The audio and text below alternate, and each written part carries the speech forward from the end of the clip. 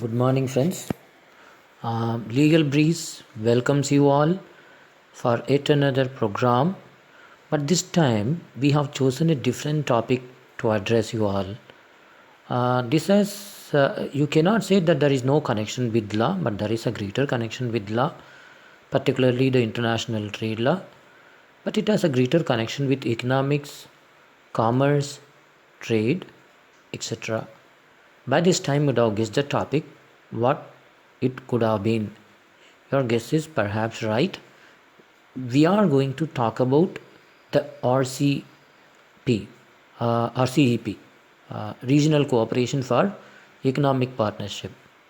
Why we need to talk about all these things? You may ask it. This is a very important question. Many of you will be having a question in various competitive exams, including UPSC, both civil service prelims as well as mains in GK, economics, and other relevant area. And for the international trade lawyers, also it's very important, particularly those who pursue international trade law as their career. So that's why we have chosen to address you on this particular topic is concerned. First, let us understand what is the implications for India, whether in joining this treaty or exiting in this treaty. That's a very important one. People may also ask you this issue in the foreign policy section also. So let us go into the particular topic. Before we go into the topic, I believe that it is my bounden duty to thank all our listeners and subscribers. And we also request you, please indicate in the relevant column whether you like this video. If yes, please do the same. And also express your views, whether you agree or disagree, something like that, in the comments section. We also thank all our participators who add value in this chain of processing of video and video delivery services to all of you. There are some people who helps us in the process of recording and making video and uploading. All these things are done by my beloved students. I wholeheartedly thank them on behalf of each and every one of us. Now let us go to the topic. You all know there is an ancient poet in Tamil tradition called Avvai Patti.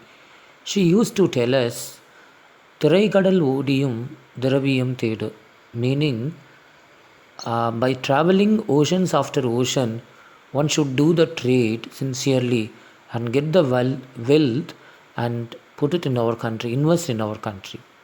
Such a long visionaries the Tamil diaspora has, the Tamil culture has developed. But however, today we all indulging in protectionism. In order to protect the so-called domestic industries, we are ruining our economy. This is not only my statement; it is also echoed in one way or another in the latest economic survey, most probably in 2018, I hope, by the present chairperson of Economic Advisory Council to the NDA government.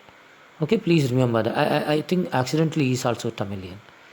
So the protectionism should go. People call sometimes creative destructionism. What is this creative destructionism? Many industries who couldn't compete, whether they are good or bad, however ethical or unethical, they have to die unless they perform in the given indicators. The survival of the fittest, of course, there are certain strong regulatory mechanism has been put in place. The trade what we conduct today is not a mere trade, arbitrary trade, it's a rule-based trade. This we all should acknowledge it. We had certain greater relationship, particularly with the Asian countries during our Chola's regime. This has been well vindicated in a book called Pattinapalai. Please read it whenever you had the opportunities to read Pattinapalai. It is available in Tamil.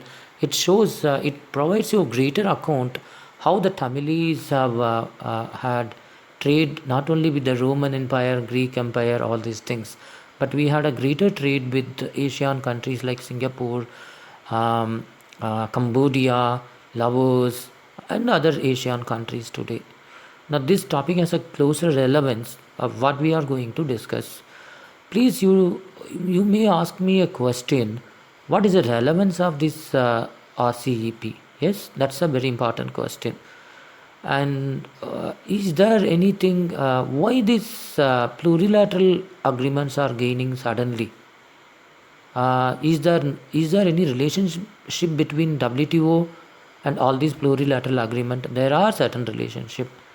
You all should remember at the end of the World War II, people have made certain tireless efforts to reach out a deal to get that organization called ITO. But however, it couldn't happen because of the rejection of the US Senate. But that doesn't deter the world leader to forge a new alliance for the development of trade. That has come in the form of GATT Agreement 1948. Even today it is exists, though it has been merged as part and parcel of GATT 1994 under the aegis of WTO. Now, WTO is slowly losing its importance, particularly after the US has refused to implement many of the orders after this biohormone product case. Many cases you would have come across and the media relating to WTO dispute settlement body.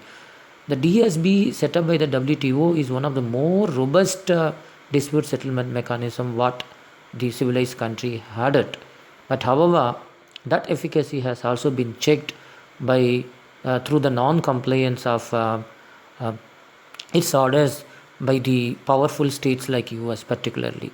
So this has led to the slow declining of its influence in the international trade law arena is concerned. However, it has not vanished. Still, it has a greater influence. Particularly, it has set the world order, the world trade order, international trade order in a disciplined manner. So we all should be very thankful to the jurisprudence developed by the DSB of WTO for that matter. Now let us come back. We are after the 2008 crisis. People do not know what to do. That has given rise to various international plurilateral agreements like TPP. They have changed the name, something called Comprehensive Partnership of CPP, TPP, something like that. Many things will sounds like this, but unfortunately, Trump has nullified all those things since Trump has pulled out US from that treaty unilaterally. It has been nipped in the butt itself. So to counter that, there is a vacuum existed in the international trade law arena. So to counter that, China has used that opportunity wisely, and it has gained momentum today, and it has, in fact, it has emerged victorious as on date. It is a China-centric negotiated deal, RCEP is concerned. It is almost like 10 Asian countries plus 6 countries, including India. Unfortunately, India has taken a decision to come out of that treaty. We will explain whether it will be beneficial to India little later. But this is ASEAN 10 member countries plus 5 other important trade nations. Almost more than 40% of GDP is concentrated in this particular country is concerned. In this particular block is concerned. Now, that is a very important economic aspect. All of you should take note of it. Nobody can ignore the 40% of global GDP, what is being dealt. A decision taken by these member countries will have a greater influence, and you can negotiate with various other international forums, particularly in WTO and other forums is concerned. And in this RCEP, you should remember many of the countries, except US, of course, have a presence in the Quad. Of course, 2 members are out now, that is India and US. But there are 2 countries like Australia and Japan is having its presence in the RCEP is concerned. So naturally, doors for India is not at all closed. India can join at any point of time. I think as and when India takes a call for that, and I think when India takes a positive decision and that regard is concerned. Even China cannot oppose India's entry into this particular forum is concerned. In fact, China will also welcome that. But why India has walked out of this particular deal.